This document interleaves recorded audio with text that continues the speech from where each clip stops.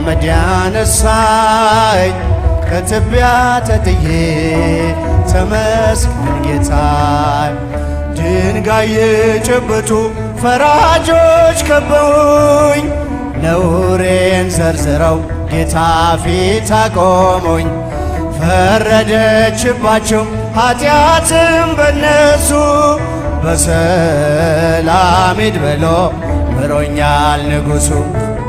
በሰላም ሂድ ብሎ ምሮኛል ንጉሡ። ባለውለታዬ ባለውለታዬ ባለውለታዬ አመድ ያነሳኸኝ ከትቢያ ተጥዬ ተመስገን ጌታዬ። እልል እልል ባለውለታዬ ባለውለታዬ አመድ ያነሳኸኝ ከትቢያ